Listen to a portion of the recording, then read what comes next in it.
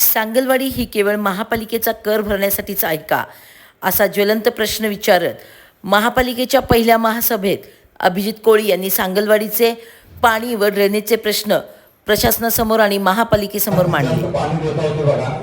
आम्ही नवनिर्वाचित 3 नगरसेवक नवीन आहे, त्यामुळे लोक आमच्याकडे आशेने तक्रार घेऊन येतात. पण मला असं वाटतं प्रशासनाचं सांगलीवाडीकडे खूप मोठं दुर्लक्ष झालं आतापर्यंत.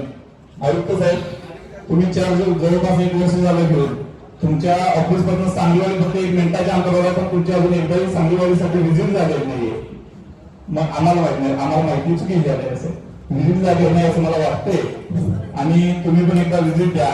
सांगलीवाडीची परिस्थिती अशी झाली आहे की भारताच्या नकाशावर जसं अंदमान निकोबार बुडवला आहे तसं सांगलीच्या महापालिकेत सांगलीवाडीची अवस्था कशी झाली.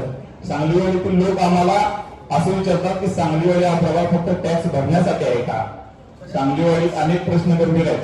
पाण्याचा प्रश्न, सांगलीवाडी ड्रेनेजचा विषय म्हणला तर 40% बिन ड्रेनेजचे लोक चालतंय, त्यासाठी तुम्ही काहीतरी उपाययोजना करा.